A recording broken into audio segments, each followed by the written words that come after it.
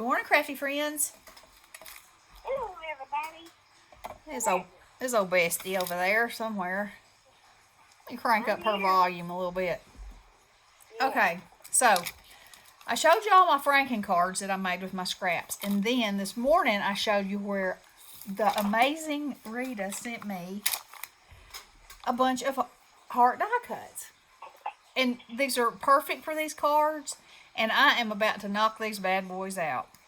Now, my mission is to not make them so fat that I have to take them to the post office to mail. So I have got out flat stickers to go with them. So in my 15 minutes, I'm going to, I've laid them out on the cards, just slap happily. And then I'm going to glue them together and add some little, heart stickers on there for some sparkle and some shine. And I found this piece of a page of sentiment, so I'll put those on there till I run out. And we'll see what I can get done. So, let me crack my knuckles.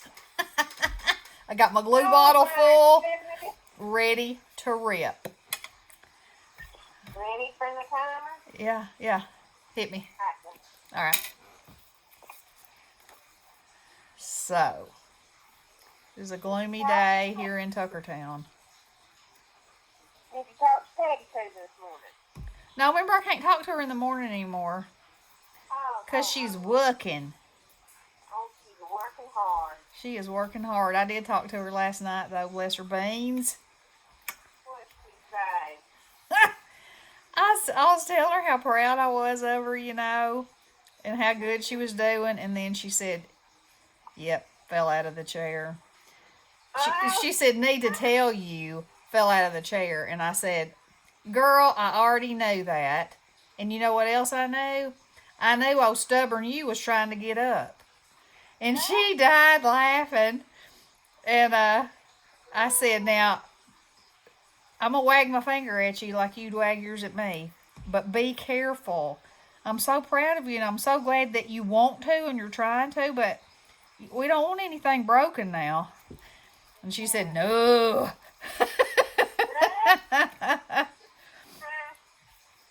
So, bless her heart. It's just incredible. Yeah. It really is. So, It is. she's something else. She's a toughie. Yep. She had to fess up, didn't she? Bless her heart. Yes.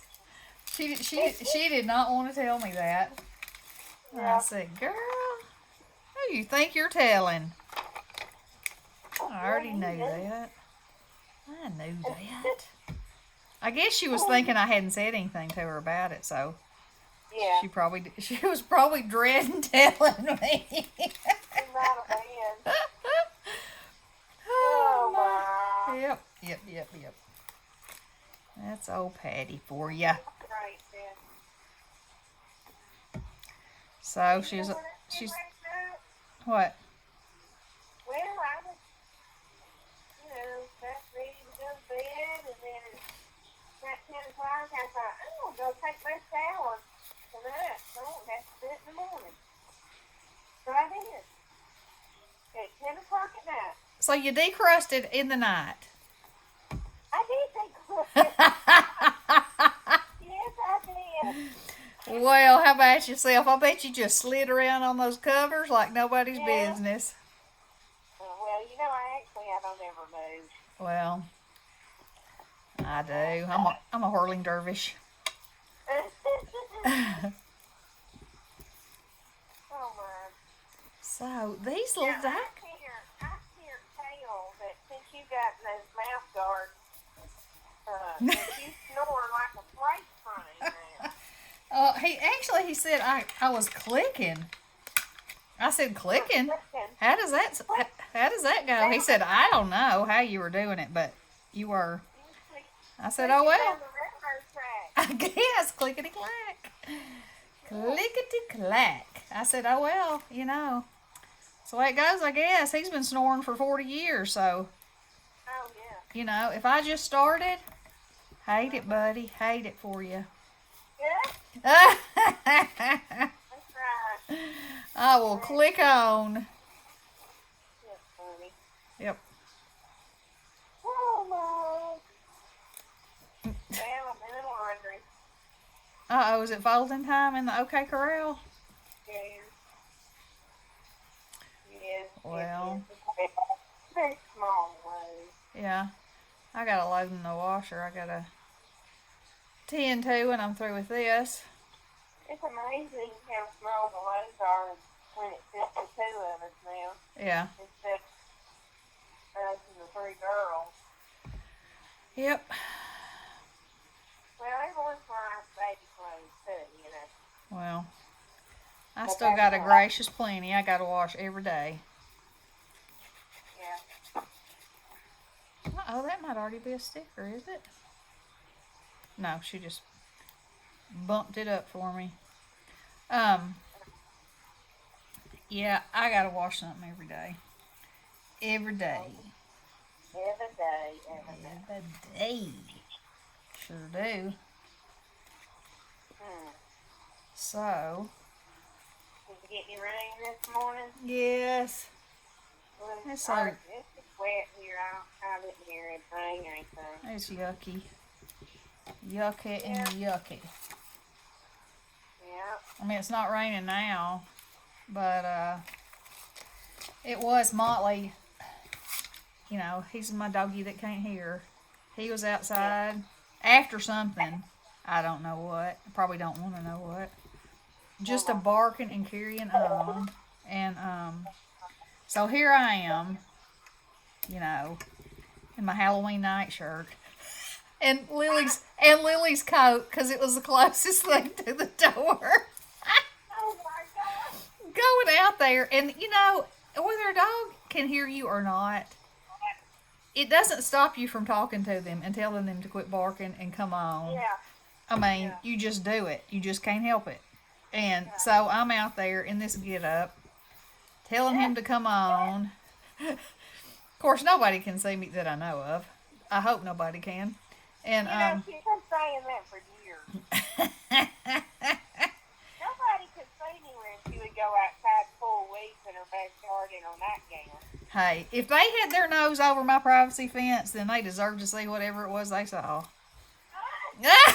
Good, bad, and ugly. So anyway, you're out there in your get-up. I'm out there in my get-up just to talking to him like he can hear me. And he's wedged in between the house and the grill. After, I'm sure it was a roof rat, you know. I'm sure it was. Anyway, I couldn't tell because I was having a hard time with my get-up. And, I had him by the collar. And, you know, I was trying to get him to come on. And then he moved another direction and got away from me. And finally I just said, oh, forget it. I went back inside, dried myself off. And he quit barking, thank goodness. But then a few minutes later, he was at the door telling me he wanted to come in. And the way he does that is he starts out like this.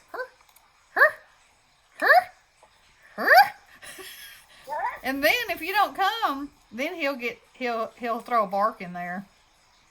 Oh, yeah. Yeah, so then I had to jump up, get him, and oh, he was wet and a mess. So I got a towel. He's standing on the towel. I'm trying to lift the edges up, trying to get him dry, because he's waiting there just like he's supposed to. And and I'm drying, and I think I have him pretty dry. And then, you know, he's got those big old long Springer Spaniel ears. He does the whirling dervish with his head, and I'm like, thinking in my mind, seeing in slow motion all of the wet dirt flying all over my kitchen. Oh, yeah. You know. We've got some pretty ears, though. Wet dirt might be called mud, I'm not sure. But anyway, you know. So that was the story of my morning. Then I went to the post office, mailed some stuff. Hobby Lobby's right there behind it. You know, so you got to go in there then. And also, it's about the time of year that they have a markdown, you know. Some of those pretty orange stickers of life. So I know, and I walked all around the whole store twice because you know. Also, while I'm in there, I'm like, okay, well, I'm gonna get some exercise, get a few steps in. So I made 2 trips around. I saw every department. There wasn't an orange sticker in the joint except for, you know, the broken Christmas stuff that they had left over. I mean, I don't know why they don't just mark that stuff out of stock. I mean, it's so broken. You know, I have been known on more than one occasion to love to buy a broken thing and fix it. You know, or turn it into something for me. But this stuff is beyond that. Oh, really? Yeah, it's not. It's not. Nobody. I think that it would be safe to say that nobody will buy it. It's just taking up their floor space for no good reason. So, anyway, that's my opinion, and you know how that goes. What happens when they damage it out? I mean, When do they get money for that? they get credit for it, you know, in retail you have a certain amount of stuff that doesn't make it. It just doesn't, and you damage it out of stock, and you know. I mean, I guess they're hanging on to that 10. Okay, so here's the next thing. You know, the stuff in that section is 90% off. Well, again, I say, yeah, it's cheap, all right, but is anybody really going to buy it? And if it's 90% off, you don't stand to make that much money, people. Yeah. But you spent a lot of time marking it down. Wasted time, really. Yeah, I think so. I think it'd be better to, you know, my motto, touch it once and be done. Mark that thing out of stock and go on with your bad self. Yeah. Bring in the new. You know what that reminds me of? There's no telling. When you worked at Kohl's and they would go and cut the cords of the appliances. Oh, that made me insane. Why would they think that was a good idea? Well, okay, so in that case, this is how it went. If if the company said, we are discontinuing this particular model and you can't sell it. Yeah. We had to destroy it. That's so crazy. And it was ridiculous because 99% of the time, there was nothing wrong with it. It wasn't going to catch on fire. It wasn't a safety hazard, you know. And if you marked something like that down, you know, somebody would buy it. I mean, I'm talking KitchenAid mixers, you know, electrical appliances that, high dollar electrical appliances. And then my KitchenAid mixer is cobalt blue, my favorite color. And, it was a floor model. Like it was a special color, you know, and I drooled over that thing. Oh, I wanted that thing. And one day, they handed me that markdown sheet, and lo and behold, there that bad boy was on there. And I said, this will be mine. Thank you so much. And the cord had not been cut on? No, no. But even if it had, well, if it had, they wouldn't have, I wouldn't have been allowed to buy it. But Ronnie could have fixed it, if, you know. Yeah, right. Because he's the man.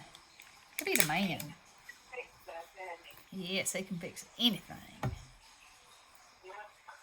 I brought that thing home. I said, look at this. And he's looking at me like, okay. I'm like, don't you know what this is? This is a KitchenAid mixer in cobalt blue. Come on. Yeah, he did it. No. It's a thing of beauty. A thing of beauty. Well, you know how I got my kitchen aid mixer? A friend of mine was having a yard sale, and she had a friend that donated some stuff to her yard sale, Uh-huh. and a friend had gotten a kitchen aid mixer for her as a wedding gift, and she had never used the mixer. Oh, my It was Lanta. buried for years, and I mean, it's just like the regular kitchen aid mixers.